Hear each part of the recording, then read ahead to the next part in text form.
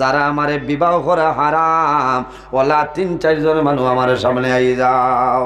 আল্লাহর বান্দির দরজা খোলেন, সাহসী মানুষ 2-4 জন মানুষ যারা বিবাহ করা হারাম এরা গেছেন আল্লাহর বান্দি, চাদর দিয়ে আপনার সমস্ত শরীর গুড়িয়ে আল্লাহর বান্দি এইভাবে আপনার বই রইছে। হঠাৎ দেখা যায় আল্লাহর বান্দে যখন চাদর সরাইছ মানুষের দেখে ডরাই যায়। আল্লাহর বান্দে 2টা ঠোঁট আপনার জমিনও নাই। ওই সময় জানাইলা, ও মহিলা তুমি মারা গেলাই, তোমার 2টা ঠোঁট জমিনও আসলো, তোমার ঠোঁট হয়ে গেল বলে জানো না। আমারে যখন কবরের মধ্যে রাখি আইলাই, আমার কবর ফিরিস্তা আইস আইয়া দাঁড়ালো, চাকু দিয়ে আমার ঠোঁটটা কাটিয়া নিলা।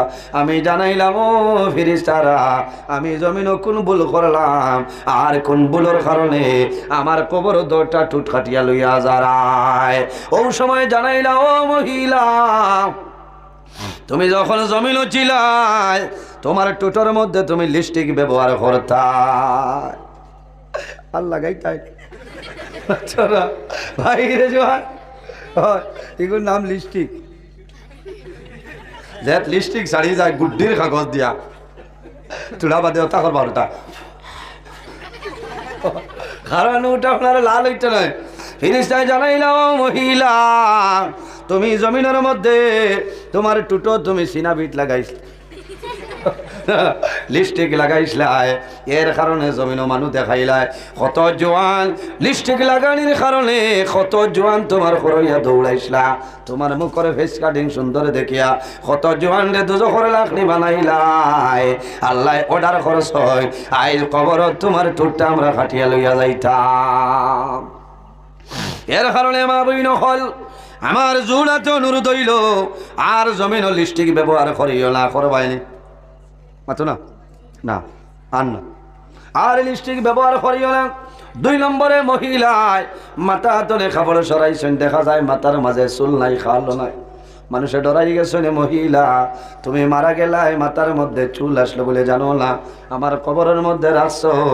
ওই সময় ফিরিস্তায় একসা চুল ধরিয়া টানা আরম্ভ করলা, চুলের লগে খালুন দিয়া যায়। আমি জিজ্ঞাসা করলাম, ও ফিরিস্তা আমি জমিন কোন ভুল করলাম, কোন ভুলের কারণে কবর আমার চুল ফারিয়া ছিড়িয়া লইয়া দাঁড়ায়।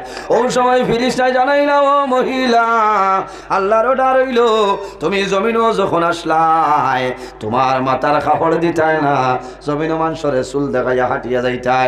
এর কারণে আজ কবর তোমার মাথার সারা চুল আমরা ছিড়িয়া লইয়া যাইয়া। এর কারণে মা বই নকল এই জমিন মাথার কাপড় দিও।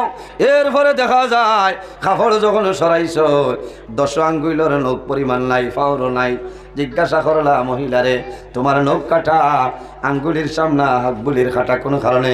বলে জমিনও আমি নখ পালিশ ব্যবহার করতাম, এর কারণে আমার কবর এই হাতর এবং বাবুর আঙ্গুলির এক বাজু কাটা হয়ে গেছে। হওয়ার লগে লগে আল্লাহর বান্দি ফড়িয়া মারা যায়, আবার কবর নিয়ে দাফন করা হয়। তাই বোঝা গেল জমিন পর্দা আকারে হয়। যদি মা বই নখলে জমিন মাথার কাপড় দিল না মাগো, তুমি মারা যাইবাই, তোমার কবর ফিরিস্তায় ওলা চুল চিড়িয়া ফালাইবা। তুমি জমিন লিপস্টিক ব্যবহার করবাই, তোমার টুট আপনার খাটিয়া ফালাইবা।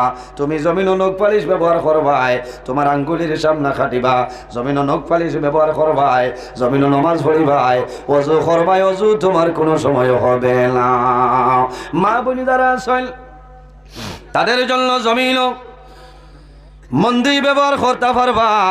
গাছের মন্দির যেটাই হইলে উপকৃত ফায়দা মন্দ আছে। মা বোন যারা আছেন গাছের মন্দির লাগাও, তোমার হাতের মধ্যে লাগাও, কোনো শরীয়তের বাধা নাই।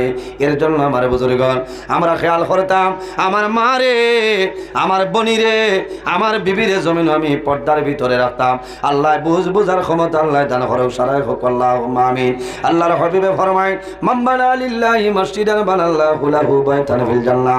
যে জমিন আল্লাহর ঘর মসজিদের ঘর বানায় আল্লাহ বান্দা বান্দির জন্য জান্নাত ঘর বানাইলাই অনেকের মা জমিন আছে অনেকের মা জমিন নাই অনেকের বাবা জমিন আছে অনেকের বাবা জমিন নাই রাসূলুল্লাহ ফরমায় আওলাদের জন্য মা বাবা ইলা দুয়ার দরজা আওলাদের জন্য মা বাবাই যে দোয়া করবা আল্লাহ মা বাবার দুয়ারে কোনো সময় ঘুরাই দেয় না একজন ভাই দেখে যদি মা বাবা তখন আল্লাহ জমিন হায়াত বাড়াইবা